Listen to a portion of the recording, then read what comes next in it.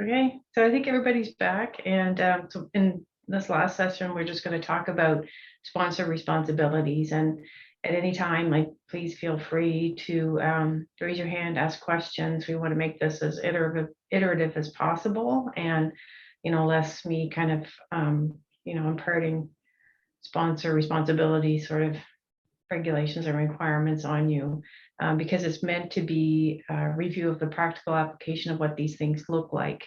So when you're working with a sponsor, industry sponsor, what does that relationship practically look like for you in your day-to-day office operations? So feel free to ask any questions. I'm happy to, Phil and I are happy to answer any sort of any questions you have. So I'll just open with that. Next slide, please. So when we're talking about a sponsor, what does that mean according to ICHE 6? So a sponsor of a clinical trial is an individual, company, institution, or organization that takes full responsibility for the initiation, management, and financing of the clinical trial. And in contrast to that, or similarly, is a sponsor investigator. So a sponsor investigator is an individual who both initiates and conducts, alone or with others, a clinical trial, and under whose immediate direction the investigational product is administered to, dispensed, and used by a study subject. The term does not include any person other than an individual. It does not include a corporation or an agency, and the obligations of a sponsor investigator include both those of a sponsor and those of an investigator. So we don't do a whole lot of investigator or sponsor investigator trials in Horizon, but we do have a few. And so what this means is that it's the individual principal investigator submits an application to Health Canada or CTA to Health Canada to run a clinical trial within the institution. We talked in the first session about PI responsibilities. So you can imagine how those would be amplified if you also decide to take on the responsibility of sponsor as well, because not only are you obligated to provide oversight on your research participants on every aspect of the trial, their safety and well-being, but you also have the management component associated with being a sponsor investigator. So it really is a lot of responsibility when we have investigators that decide to take that role. So typically they'd have to have a pretty good team around them in order for them to be able to undertake this responsibility. Next slide. So what are those responsibilities? And they're listed in GCP under section 5. And under R2, there was a really heavy focus on quality management and risk mitigation. And so really what the sponsor's responsibility is with respect to quality management is to make sure that they've implemented a system to manage the quality throughout the stages of a trial process. So that can be as broad or as narrow, depending on the type of study that it is. But the emphasis is that wherever there's a potential to build a quality oversight mechanism, it's the responsibility of the sponsor to ensure that it's there. The other thing they have a huge responsibility to do is for risk mitigation. And so that means risk identification, correction. At any point in the study where they identify it could be high risk, they have a responsibility to implement a strategy to mitigate that. So does that mean by monitoring? Monitoring definitely is a part of risk mitigation, and how much they monitor and how often and what that plan is really dependent on how complex the trial is. They work a lot with contract research organizations, some of these big pharmaceutical companies. So then you've got an intermediary person that you have to deal with as well as a site. Usually when they contract a CRO, the CRO looks after sort of the operational component to the study and the monitoring, the data management, the queries. They field queries on behalf of the sponsor as well. And they also will look after the financial aspect too in a lot of cases. And so what that means, the sponsor is responsible for then is actually the trial design. And if there's any recommendations or requirements to do amendments to that, then that would be up to the sponsor to undertake that. And the investigational product as well too would be a sponsor responsibility. an audit. So if the sponsor is getting ready to submit some data to a regulatory authority, if you're doing phase 3 or 3B study, and there's going to be preparation soon to submit to the regulatory authorities for initial approval, then they will go to the sites typically that have enrolled the largest number of patients, because that's the most amount of data that's been generated to submit to the regulatory authorities. So a sponsor will go and do an audit just to ensure that it's been monitored closely and appropriately along the way. They may also come and do an audit too if you've been selected by a regulatory authority to have an on-site inspection. So sponsor will come first and ensure that all your documents are in order. They're responsible for non-compliance, and so they have a responsibility to initiate with the site CAPAs, or corrective action preventive action plans, and they can also prematurely terminate or suspend a trial depending for various reasons. I've seen a few premature terminations for a data safety monitoring board has identified either futility. So if it's looking like the primary objective of the study is not going to be met, they make a determination that it's no longer in their best interest to continue. So they will terminate it. For safety reasons as well, there's been terminations. I can recall we did a study here of a factor 10 inhibitor and included a specific subpopulation, which was mechanical heart valves.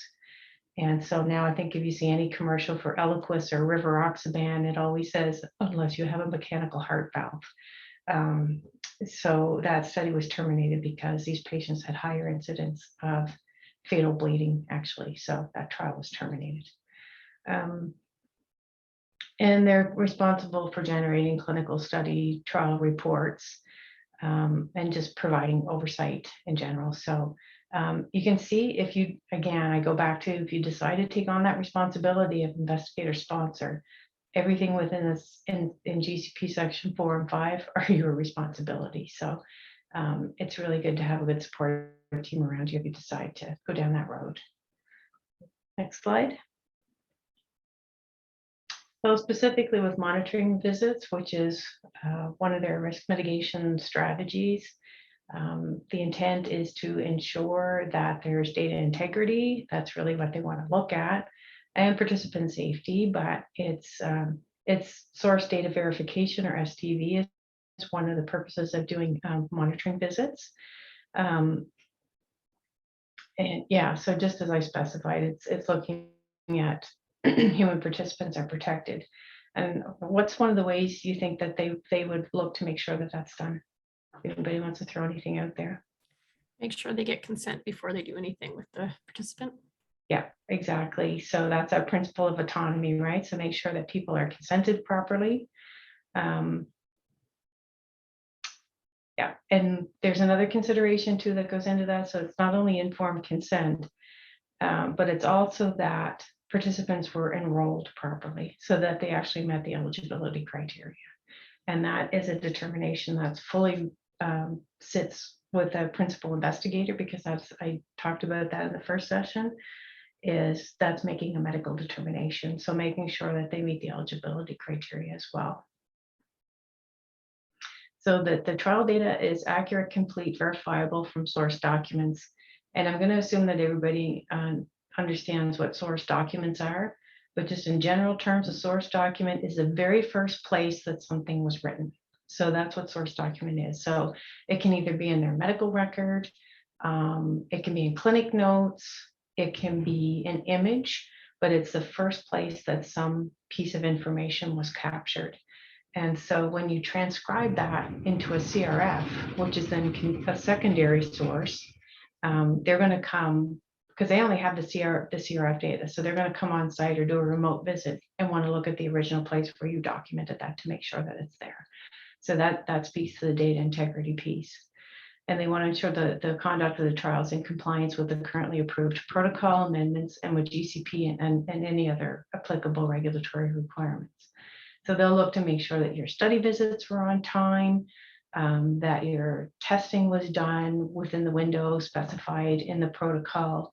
Again, they want to ensure participant eligibility here as well. So they're looking at all those different types of things, and they do different types of monitoring visits. So it's 100% source data verification. They're looking at your data, your primary source of data. And they need to develop a systematic, prioritized, risk-based approach to monitoring clinical trials. If you've got a phase 2 study that's got multiple dosing with PK samplings, and it's a risky trial, they're going to do more. They're going to do more monitoring visits. I keep wanting to defer to saying on site, but of course, right now everything's kind of up in the air with us. So, but the point is they have to look at the patient information and the data a little bit more closely, because data integrity is really critical, and participant safety too. But they're making decisions with multi-dose type studies as to what dose they're going to pick to move into phase 3. So this would, highlight the importance of doing on-site or remote monitoring and keeping a really close eye on these studies. Jacqueline, can I ask a question about, you commented about remote versus on-site, and I'm just wondering if you have any kind of best practices or examples of people being innovative with, again, with COVID and not being able to physically be on site to potentially look at source documents, compare, like what are people doing currently in that environment? Yeah, so we actually didn't permit anybody on site for quite a while. So we had a couple of remote monitoring technologies, which I will talk a little further, but we like screen sharing. So we had Zoom Health over secure network. That is, so sponsors would call in, and the research coordinators would either scan and make PDF copies of patient medical records and then screen share, or hold up the medical record so that the monitor could take a look at it. So, I mean, it sounds pretty clunky now, and we really should be much further along in terms of IT infrastructure, but we will eventually get there. But that was typically what was used. And we also, for a couple of cases, used Watchdocs. Again, it was a data sharing platform that was secure. So the issue that we ran into is what Horizon considered to be a secure platform. So pretty much Zoom Health was really the only one that we had with, and they did give us permission to use Watchdocs in a couple of different cases. But and I think we're not really alone with other big institutions. Some of them across Canada were using Microsoft Teams because it's a shared platform again. The coordinator would photocopy the medical record, upload it to a file, and then give permission to the sponsor to come in and look at it. So there's a bunch of different modalities. And now, from what I understand, going forward, it's probably going to be more of a hybrid model, because as you can imagine, hotels, flights, accommodations, and all that kind of stuff is hugely expensive to pharmaceutical companies. So they will only go on site when it's absolutely necessary. And I would say that it would probably be for more of these high risk, earlier phase trials. So I don't know if that helps. No, that's helpful. Very, yeah. I guess when I was thinking about kind of the remote, it does definitely add another element of extra work to the research coordinator, right? In terms of kind of preparing all this extra stuff that they typically wouldn't have to do if the monitor was able to go in person and look at the actual source document versus having them scan it and upload it and all that stuff. So I was just wondering if there were ways that I kind of missed, thinking, okay, how are people doing this to kind of minimize the extra work that, you're asking of the research coordinator? Yeah, and it did create a lot of extra work. And I know when we first started, because we weren't allowed to share. Well, some people were even emailing in zip files, but then they had to go through and redact, right? So they had to redact all the personally identifiable information and ensure that things were redacted. There was faxing, and I don't even know why faxes still exist. It was just all those kinds of things, right, that we had to try to do, because we had contractual agreements with these pharmaceutical companies that we would provide them with access to this information. So we're legally bound to do it. So we had to come up with a way to do it. But then, with the platform sharing, we will be moving to that. And I'm trying to work with our IT department to get a Microsoft Teams system that is secure enough to upload unredacted documents and then grant permissions to sponsors to come in and access those files and get the information that they need. But yeah, redacting, uploading, it's an awful lot of work. And some companies wouldn't even pay extra because they said it's your responsibility. You said you would do it. Right. One thing I kind of happen to kind of learn is that a lot of CROs and sponsors, they're really investing quite a bit these days, trying to come up with really like the ultimate risk assessment tools and sort of their own references and matrices, like matrix to assess the site based on different factors they would consider with different risk levels. So they do sort of create their own like profile per site basis. And what we could ask as a site is that have a talk with the sponsor and see where the site risk level is in terms of different factors that they consider. And depending on that, there should be a conversation about, the monitoring plan as to how many percentage or how frequent the visit's going to be, if it's happened in person or remotely. So all those different factors that they look at, depending on their risk level, I think that kind of, directs them to having different monitoring plan. So as a sponsor, that would probably become really a big job for them to come up with, the ultimate strategy for them to, come up with most efficient ways to do this sort of monitoring. Probably, it's not going to be 100%, site source data verification is not going to be 100% for most cases, but it really depends on the risk level of the site and what the sponsor views site from their perspective. Yeah.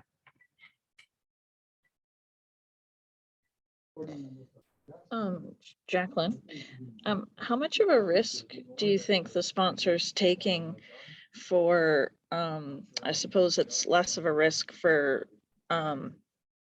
low risk devices like class 2 and non-invasive devices, but how much of a risk do you think that the sponsor is taking by not having a monitoring plan or a study monitor?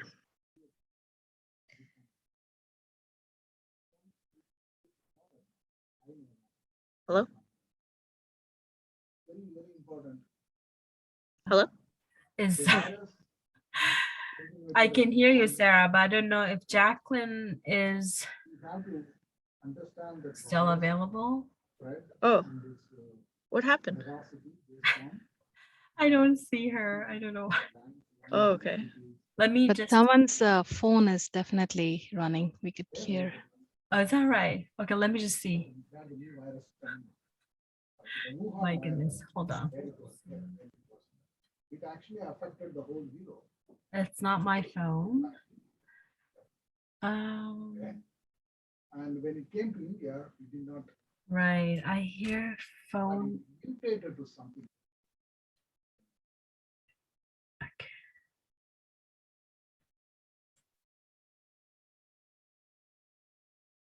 All right. Do you guys see Jacqueline, or is she gone? Yeah, I don't see her now that you mention it. Okay, and someone's talking on the phone. Yeah, everyone's muted, which is bizarre that we're hearing someone's conversation. Right? I know, because I don't see anyone being. Yeah. So, and Jacqueline's name is not on the list anymore. So I'm not sure if she's presenting and doesn't know that we can't hear her. Sorry about this, guys. Hold on. I don't know. What's going Otherwise, on? in the meantime, just to get back to your question, Sarah, I think nowadays monitoring plan is also part of the application submission. So it is also planned upfront when the trial is being designed. Yeah, thanks, Myrtle. Like, that's what I thought too. And I don't know, it seems that it can be overlooked, like, an ITA is still given, seems to be, without a monitoring plan, but I have a feeling that it's not going to be that way when, this, if a sponsor goes to submit to the FDA. I think the FDA is not going to really accept unmonitored data. Do you agree with that? Yes, definitely, because the questions of data authentication exist there, right? From the source to the reported data. So definitely a monitoring plan is required. And it also depends on the extent how the trial design is, like how many participants and what is the risk of the device too. So yeah, you're right. It's and just a also, low risk, like class 2 non-invasive device. So it's low risk, but so maybe that's why, it passed through Health Canada anyway, because of the low risk. But I have a feeling it's not going to be accepted by the FDA. okay. I guess But I that can't would be do anything. really up to the sponsor, what they want to. I know I've Yeah. complained about it several times, but they're just going to do what they're going to do. So it's been frustrating, but Because sometimes it's not only the risk of the device, it's also how that trial is conducted. That also is part of the trial. So yeah, it's not only the risk of just the device, it's also everything else that is being done when that device is being used. So right. Like, I think you mean, Merdula, like device failures and stuff like that, right? Yeah, yeah, and also site level as well. Like, can you validate, like, how do you make sure the data is actually accurate? How do you trust the data that was collected site level, right? Right. If that was Yeah. how never was it? monitored. So integrity Yeah. of the data will be in big question as well. Yeah. Right. Jacqueline, are you back? Yeah, I don't see her. She's just joining. Oh, yeah, there she is. Hi, Jacqueline. Do you see us? There she is. Um, We missed you, Jacqueline. I don't know what happened.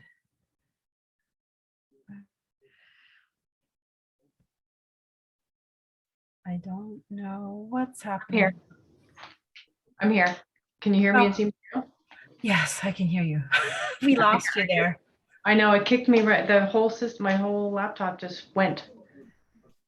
Oh, okay. All Yeah. right. Okay. Yeah. Where was I in my long-winded sort of discussion? Monitoring. Yeah. Yeah, we were talking about sponsor monitoring, and yeah, Jacqueline, you want to continue? Yeah. Yeah. Okay. I think we can go on to the next slide, right? Sure. Yeah. Sorry about that, you guys. I don't know. I think I need a new laptop. Okay, so monitoring visits, and they happen throughout a trial, and they start usually with pretrial activities, and really what they look like in that form is a site feasibility, site assessment or site feasibility. And I think we talked about this a little bit in the first session. So what are the kind of things that a sponsor is going to be looking for when they do a feasibility? So they're going to look at qualifications of the investigator and the team. They're going to look at competing trials, facility. They want to make sure you have the resources. Do you have a pharmacy that can store IP? Do you have remote monitoring capabilities? What are your capabilities for remote monitoring? What is your electronic health record system like, and is it validated? And can you verify with us that it's been validated? Because systems validation is another big part of their quality management system. So whatever electronic system you're using, you need to be able to demonstrate that you've got, that there's validation for that system. Have you been inspected before? They're going to want to know, have you had any regulatory inspections? And if you have, what was the outcome?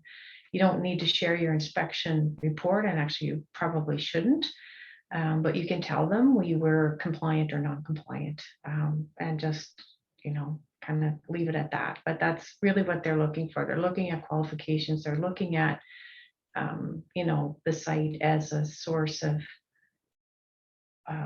like, do they have control? Do they have SOPs? Do they have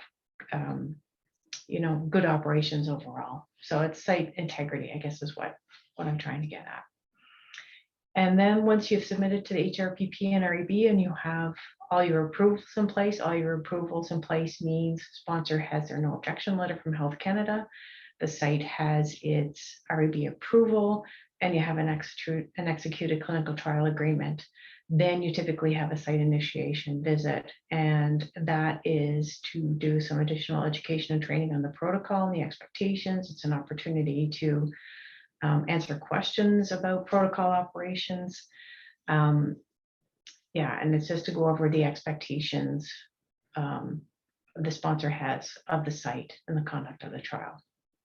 During the trial, we talked about ongoing monitoring according to the plan. And then, of course, if there's any kind of audit that they want to do because they're submitting data, or if you're undergoing a regulatory inspection, they will come to the site or look at the site through that lens. And then trial closeout. So that is when the databases have been locked. So they've got all their data has been submitted from each one of the sites. The data has been cleaned. There's no more queries, hopefully, on that data. And so trial closeout means reconciliation of a number of things. So it would mean reconciliation of investigational product. And data queries, we already talked about, those should be resolved though by that point. And then closing out with various departments, closing out with REB, closing out with pharmacy if they supported you, lab, whoever. Just letting everybody know that study activities have come to an end, and then preparing your documents to be archived. So as Dylan mentioned, I think before I get kicked out of the meeting, was site monitoring plan should be discussed with your CRO and sponsor, because it's a responsibility, and you need to be able to be sure that you have the resources and the space and the technology now that you can accommodate what's being expected of you. Next slide. Site qualification visits. They're called a number of different things. They're SQVs, they're SEVs, site selection visit. These are new terms even to me from when I was a study coordinator. So really, it's the site qualification visit is similar, I guess, to confirming what you've actually provided to them in the feasibility assessment. So it's their responsibility to come on site or to do a tour, or have a conversation with you, just to make sure that everything that you've sort of provided to them in the feasibility is actually, that you do actually have the capabilities and the qualifications in order to undertake the trial. And usually at this point, I can't remember still, have you been selected or not at a qualification visit? SIV, obviously you have, but. For SQV, no, they haven't been selected just yet officially, but the sponsor is definitely interested. At this point, usually feasibility is filled out, but there's no official selection happened just yet. Yeah. And then, it is a good question. The sponsor wants to know if your team can handle their study.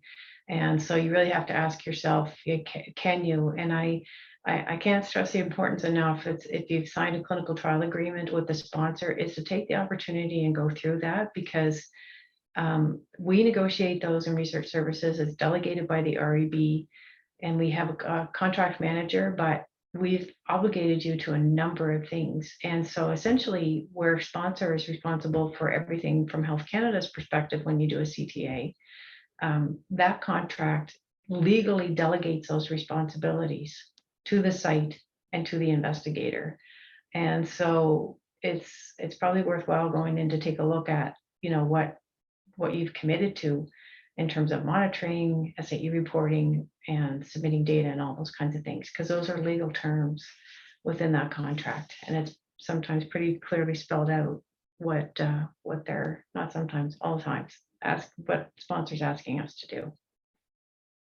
And yeah, with all the acronyms, I mean, that's a world of research, right? That's what we live in. But essentially, the SQV, and they're all kind of one and the same. But just make sure you ask them, so what do you want to do? What's the purpose of this visit? Just so that I understand and I'm ready for you. For an SIV, if they come on, when they come on site, if they do, if they want to talk to pharmacy, you're going to have to plan to make sure everybody's available to PI, pharmacy, whoever they want to talk to. Make sure that they've got enough time to sit down with the sponsor and answer any questions they have. Okay, next slide. So when you actually have your approvals and the site initiation visit is to be scheduled, of course you want to pick a date that's appropriate for everybody and who schedules it. Well, usually the research coordinator does it in consultation with the sponsor. You're the intermediary between the site and the sponsor to try to make sure everybody's got time. And it can last, it's usually a few hours. When they came on site, it was, pretty much the entire day, because they want to go around, look at the physical location. I don't know how that's changed now, but I would imagine remotely there's still a couple of hours. And then you need to figure out, so what does a sponsor want in terms of their SOV? What do I need to do? Who do I need to book? Who should attend? Who do they want to attend? Who their key stakeholders at this meeting? You want co-investigators, pharmacy. Of course, your PI has to be there. Not always, sometimes they can't, but ideally your PI actually really should be there. And what documents will they want to look at when they're there? What topics are you going to talk about? And it's the research coordinator's responsibility to make sure that they have everything is ready for them. So in order for an SIV to happen, we already talked about it. You need to have your REB and your contract, and the sponsor needs to have a no objection letter as well. Okay, next slide. So what does the agenda look like? They're going to send you an agenda in advance. And of course, they're talking about roles and responsibilities, because as I mentioned, that's been delegated in the form of the clinical trial agreement. There's a section, it's like the second section down after the preamble is roles and responsibilities. And so what they're saying is that the institution and the PI have the resources and the time and adequate facilities in order to conduct the trial, and the qualifications and education and training. They'll look specifically or talk about investigator responsibilities and GCP. They'll go over the protocol, because sometimes there are some more of the complex trials, just operationally what that looks like when a patient lands at your door. What I would recommend for this, not for an SIV, but maybe after you have your SIV, is to do a mock patient. If you've got a complex trial, actually pretend putting a patient on study so that you can identify any gaps in your processes. And so this will help you operationally work through things, because we're all human, and when you put humans into the mix, there's something about, can probably go wrong. So you just want to try to anticipate that with a mock patient. They'll want to look at your standard operating procedures. Of course, HRPP has accredited SOPs, and you individually have your own trial unit SOPs. They're going to go over safety, how to collect safety information, how to report them, what's required for documentation, timing of SAEs, when they want to see that information, and what's considered an SAE and what isn't. Your data collection process, source documentation, investigational product. That's why pharmacy's involved. They want to ensure that there's accountability there for their IP, and that chain of command is maintained. Specimen collection, processing, and shipping. They ask you for accreditation certificates. So our lab has an accreditation certificate. The hospital has its own accreditation certificate. So they're just looking for, evidence of that, and verification that the site actually does have the capacity to do these studies and the resources available. They'll talk about their monitoring schedule, how that's going to happen. They'll look at your regulatory review binder. So they're looking for your REB application, your REB submission, and your REB approval letter. They're going to look for an REB roster. They want to see the REB roster that was in effect at the time that the REB gave its approval. They'll probably want to do a tour of facilities. I don't know if I'm sure that'll happen at some point down the road, but If you think about it, I mean, we're almost considered a vendor, so they want to make sure that, you know, the space actually exists and that it has the right equipment in order to do what they need to do. So, I mean, you can trying to have data integrity and consistency across multiple sites in a multi-center clinical trial has to be like a daunting undertaking. So that's why they want to make sure that, you know, everybody's kind of operating at the same advantage with good equipment, good facilities, and good access to resources. And then they'll just have a closeout visit and have a time for Q&A to make sure that, you know, they've answered any questions that you might have as a site. Okay, next slide. So I guess one of the most important things, or one of the perspective, I guess you're going to adopt, is to think like a sponsor. And the sponsor is ultimately responsible to the regulatory authorities. When Health Canada does an inspection here, every observation is directed to the sponsor. So if there are risk observations, it's up to the sponsor to resolve those. And they're going to have to work with the principal investigator and the site to resolve them. But it's their, I guess it's their problem. It's their problem to solve. So you know, this, when they come on site or when they do a visit remotely, that they really want to understand, they want to have that trust. So the trust framework is really important. And they want to know that investigators and study staff fully understand the protocol and that they have operational steps in place. And, you know, that's a good relationship with pharmacy lab. It's having standard operating procedures in place.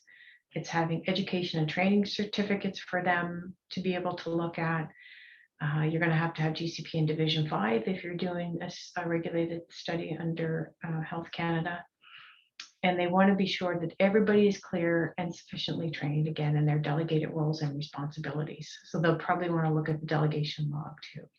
And I think we talked about delegation logs earlier. So that is anybody that, so the principal investigator is ultimately responsible at the site for everything, for every aspect of the clinical trial.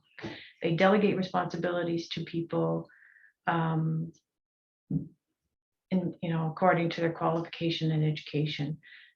So people have undertake different roles within a clinical trial, and you have to demonstrate that you have been trained on your delegated task before you undertake that delegated task.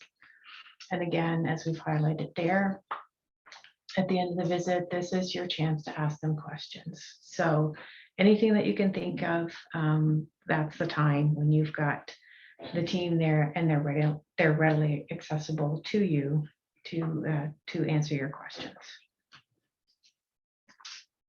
Okay, next slide. And we talked about this a little bit. Oh, remote monitoring, sorry, I skipped ahead.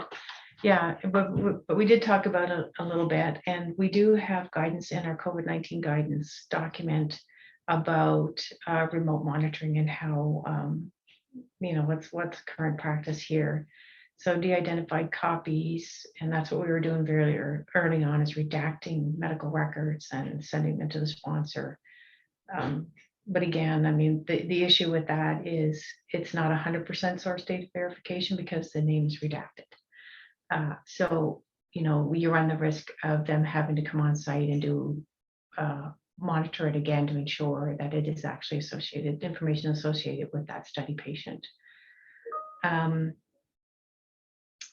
then keeping logs of the documents that were shared, and redacting, having second pair of eyes if you do redact to make sure that everything is taken out, because there are identifiers all over our medical records that would end up constituting a privacy breach if they were inadvertently shared. And screen sharing, Zoom Health is what we were using. And so they were either holding up the medical records or making PDF copies and then uploading, but it still meant time because the research coordinator was sitting behind the screen with the monitor and advancing the screen, you know, as they were done looking at the individual records. So we have our guidance document that we can share, and there was also a really good FDA document, and I can't remember the date it was released, but the FDA put out an excellent guidance document on remote monitoring as well. So all you have to do is Google that, or we can provide you with the link, and you can take a look at that a little bit more closely. But again, we're trying to move and look at more longer term solutions, because I suspect there will be a hybrid model that's adopted going forward, which will involve a sharing platform, and we need to be sure that the shared platform model that's used is considered a secure environment from Horizon standards. Okay, next. Working with sponsor and or CRO. I think it still has included a link to a really good article that just talks about, because it's when you've got another party that you have to deal with when they're working with a CRO, and just, what your communication strategy can look like and how you can improve communication between your contract research organization and your sponsor. And know who your contacts are, so that if you have questions, you can direct them appropriately, depending on the types of questions they are. And that again establishes those clear roles and responsibility, and who's responsible to you for answering what questions. Be sure to create clear and realistic timelines and milestones. If you really, especially when you're doing site feasibility, if they ask you how many patients you think you can enroll, you have to be really careful, because you will be held to that expectation. So really take a good look at your data and make sure that you can meet that commitment. Distinguish between nice to have and have to have. So sponsors will typically ask for the moon, but as long as you're meeting your GCP regulatory requirements and you have quality management in place, standard operating procedures in place, you just need to ensure that you're meeting your regulatory requirements. And have that great relationship between your team members internally, and then with your sponsor CRO as well. Just know who your go-to people are, and make sure you connect with them and answer as many questions as possible to get resolutions before you. Ambiguity, I guess, is not what you want to have. You want to have clear understanding of what the expectations of you are. I think there's one more slide. I believe there is. Yeah, so I think that's it for us. And I apologize again for the technical difficulties, although that was me kicked out of the system. So I apologize for that.